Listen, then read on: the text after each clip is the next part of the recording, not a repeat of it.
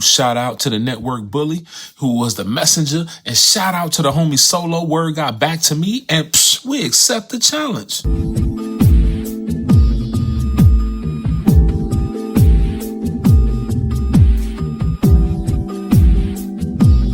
Shalom, shalom. I am Brother Nicodemus O'Dai Smith, and this is Mehalach, the Walkabout series. And this is the bonus episode. We here early in the week in response mode. I was told, Brother O'Dai, this content, it is so new. It is so foreign to people. The man said, you are going to have to show every spot in the Bible where it talk about water being deaf.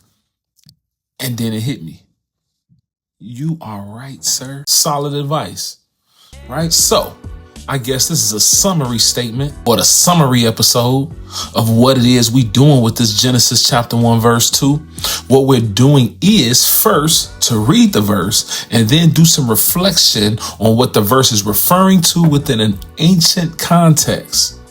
Right? And then, of course, project it forward into what the scripture talking about, right? That said, something God does not do typically when he reveals himself in history is to provide science lessons, right? We're not saying that God can't do such a thing. We just saying that in the scripture, he don't do it, right? Or to put it another way, if you read the Bible in its historical and or literary context, you will not find any text in which God updates our understanding of biology, chemistry, or astrophysics. God revealed himself to the people of ancient Israel, and when he did so, he spoke in terms of how their culture understood the cosmos. This simple observation has huge implications for understanding what in the world is happening in Genesis chapter 1. While the world functioned much like it does today, the ancient Israelites' understanding of these functions differed dramatically.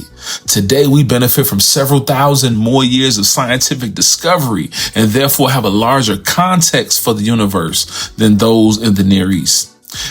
And these things are what I have in mind as I read Genesis chapter 1. I think Pythagoras suggested around Earth around the 6th century. Almost 1,000 years later, it was demonstrated by sailing around Africa in circumnavigation.